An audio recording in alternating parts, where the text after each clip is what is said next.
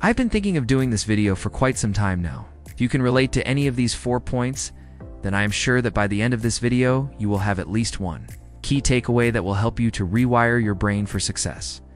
So let's get into it. Point no. 1. Thinking in extremes.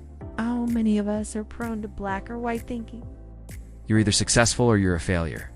You're either happy or you're sad. You're either good or you're bad. This is called polarized thinking. We only see things in extremes. And what happens when we think like this is that we box ourselves into corners. If you think of life in terms of black or white, then what happens when you make a mistake? It's not just a mistake, right? It makes you a bad person. What if you failed an exam? That means you're stupid. What if you don't achieve your goals? Then that means you'll never succeed in life. Because most people think like this, they get stuck in their own mental prison, and that ends up limiting them from achieving anything significant in their lives. Polarized thinking also leads to overgeneralization. Let me give you an example of that. Let's say you did something wrong in your relationship. You were late picking someone up from the airport. You were supposed to go pick your girlfriend up from the airport, but you were running late because you were working. So you text her, "Hey babe, I'm running late, I'll be there soon." And she gets mad at you. She says, this really shows how little you care about me. You're always working. You never spend any time with me. Now, if you're someone who thinks in extremes, what might happen is you might start thinking, I'm a bad boyfriend. I must never do anything with my girlfriend. I must always work. The opposite could happen, where she gets mad and you think, well, I'm obviously a good boyfriend, so she has no reason to be upset with me. Now, both of these mindsets are examples of overgeneralization, which occurs when we take one event and apply it to our whole life. Now, if you want to rewire your brain to start thinking in non-extreme ways, a useful technique that you can use is what's called a double-edged thought. A double-edged thought is simply a thought that has two sides. Instead of saying I'm a bad boyfriend, you can say, being with me might not be easy, but I'm trying my best. Hey, see how there's no extreme way of thinking there? You're not making yourself completely good or completely bad. You're accepting both sides of the situation. You're accepting that maybe you did something wrong, but you're also saying you're trying your best, and that's all anyone can ever ask for. Number 2, thinking in absolutes. Similar to the last point, another type of thinking that can limit us is thinking in absolutes. When we think in absolutes, we use words like always and never. I always do this wrong. I never do anything right. I'm always poor. I never have any money. When you talk to yourself like this, you begin to convince yourself that there's no hope for you. There's no way that you can change your situation.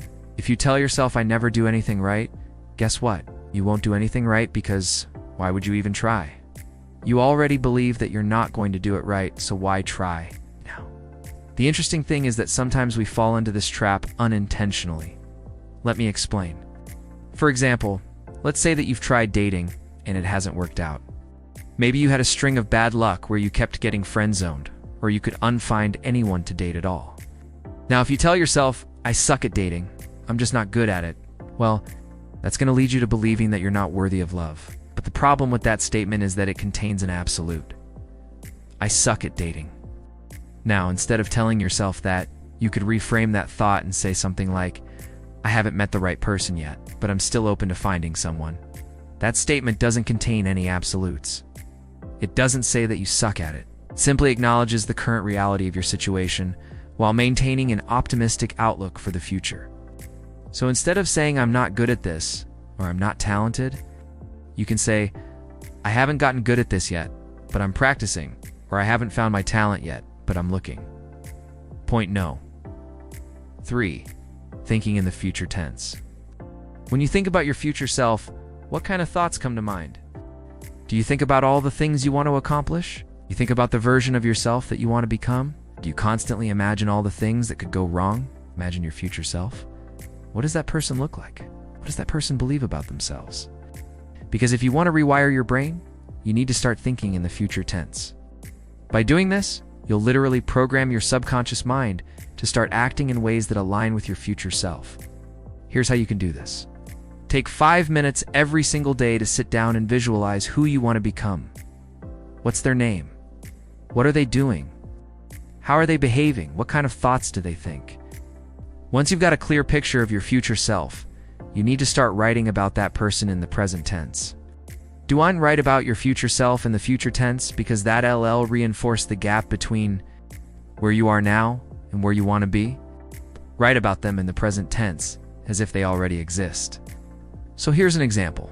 You can say, my name is your name, and I am a successful entrepreneur. I wake up every morning feeling excited and grateful for the opportunities that await me. I am disciplined and consistent with my work, and I trust that my efforts will pay off. I am surrounded by a supportive network of friends and family who believe in me and cheer me on.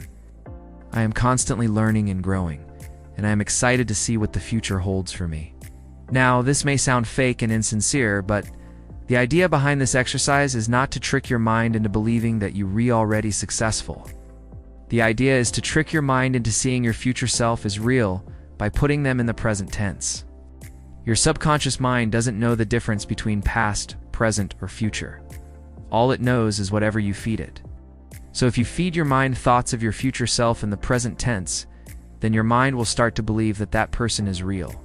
And once your mind believes that you're that person, it'll start to treat you like it. It'll start to push you towards the right actions and behaviors. Number 4, focusing on the negative. How much attention do you give to positive versus negative thoughts? What are you focusing on? If you want to rewire your brain for success, you need to focus on the positive. Now, I'm not saying that you shouldn't acknowledge your negative thoughts. Of course not. But what I am saying is that you should ungive them any more attention than you give to your positive thoughts. In other words, don't give your negative thoughts any power. Here's how you can do this. Let's say that you have 2 thoughts. One is, I can do this. I'm capable of accomplishing this. And the other is, I might mess this up. I'm probably not good enough. Both of these thoughts can coexist at the same time. But if you want to rewire your brain, you need to give both of those thoughts the exact same amount of attention. So what you would do is you would say, I can do this. I'm capable of accomplishing this. And then you would say, I might mess this up. I'm probably not good enough. And then you would give both of those thoughts equal attention. You would explore the first thought, and then you would explore the second thought. If you do this consistently, over time, your brain will start to rewire itself so that your positive thoughts become stronger and your negative thoughts become weaker. So there you have it, for mindset shifts that can help you to rewire your brain. If you like this video, please leave it a thumbs up and subscribe for more videos on personal development.